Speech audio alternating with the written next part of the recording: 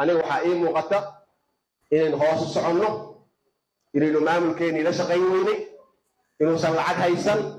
Somaliland is a country that tragically should be much more successful than it is. It has a lot of the advantages that could have made it a rapidly developing economy. Global trade routes, a low debt to GDP ratio.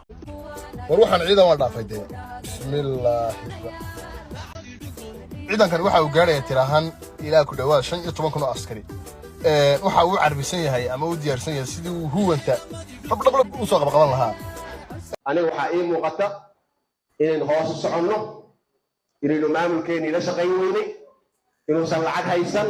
haddii markii dagaalka aynu ku jirnay aynu lacag haysanay waay maanta lacagta waa u baahan nahay oo hay'adihii dowladda ku dhismi lahaa oo ciidanka iyo mushaar siin lahayn maxaa loo la'yahay حلو إلى العكس واحد ناتشرب كأنك تستاهل. أين هو السوشيال؟ حقيقة أين السوشيال؟ ما ممكن يعمل كيس ولا دينه ويرسل قريها ستي وقت واحد صوب حال مجال قريها روحيان كل العكس بعنتر العكس والدين هذا بروح يسوق. أنت سوق على سوق بحاول حللية وضد العقل السوسي ولا يكون احتلال بحاول حللية أساسا ويرنا الله تعالى قراعية. hanjabaadan iyo waxaan aad wadaa idinka socon maysaan qof aad u hanjab haddaad adigu wiil tahay ninka aad u hanjabayso odayga 100 jirka 20 wiil buu leeyahay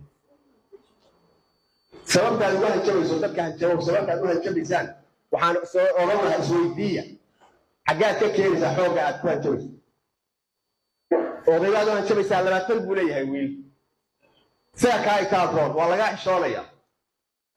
It even adopted the Westminster legal system, something that is loved by international investors and recognized worldwide for conducting business fairly. It had everything in place to be an economic powerhouse in the Horn of Africa, but yet it isn't. Despite all of these advantages, it's still striving to overcome challenges and unlock its full potential. Somaliland is a country of immense opportunity which could easily become one of the largest industrial powers in the region. But to understand what it would need to do to make that a reality in the future and what has held it back in the past, we must as always answer a few simple questions. So, what were the factors that should have made Somaliland a much more successful economy than it currently is? How did Somaliland miss these opportunities? And is there anything it can do to turn this around and live up to its potential? Somaliland's journey as an independent nation began in 1960, but the subsequent merger with Somalia in 1960 and the tumultuous events following,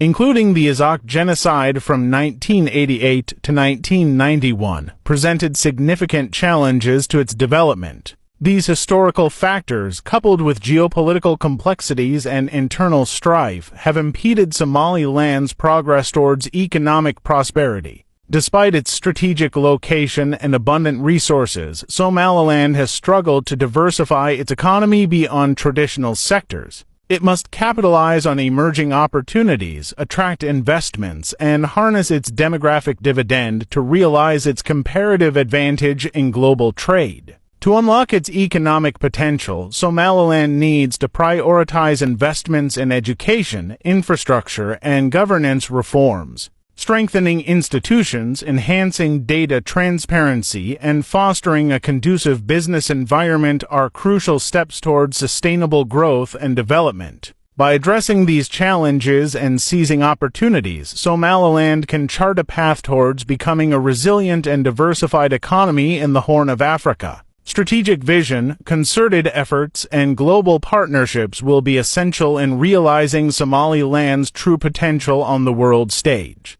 To address these challenges and unlock its economic potential, Somaliland could benefit significantly from joining international organizations such as the World Trade Organization (WTO). Here are potential benefits: access to global markets. WTO membership would provide Somaliland with enhanced access to global markets, facilitating trade and investment opportunities. Reduced trade barriers and tariffs would benefit Somaliland's export-oriented industries. Legal framework and standards. WTO membership requires adherence to international trade rules and standards. This encourages regulatory reforms, transparency, and the adoption of best practices in trade and commerce. Investment and development. Membership in the WTO can attract foreign investment by signaling commitment to a rules-based trading system. This can stimulate economic development and diversification.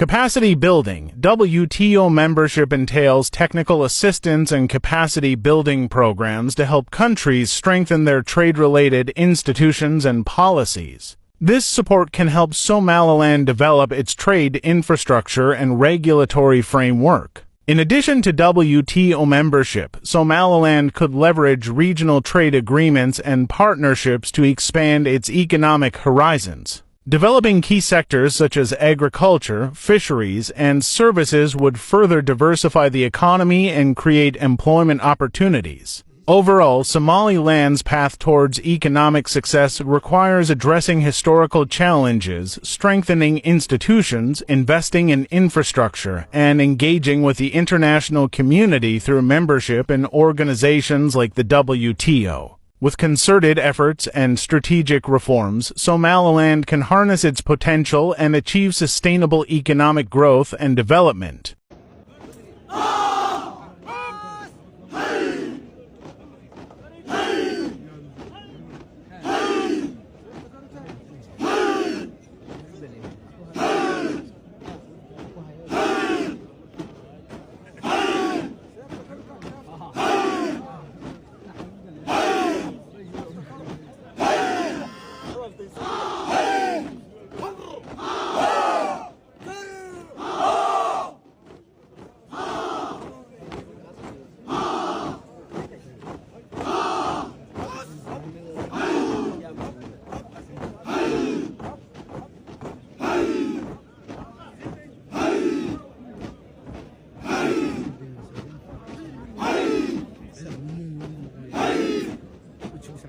Hey!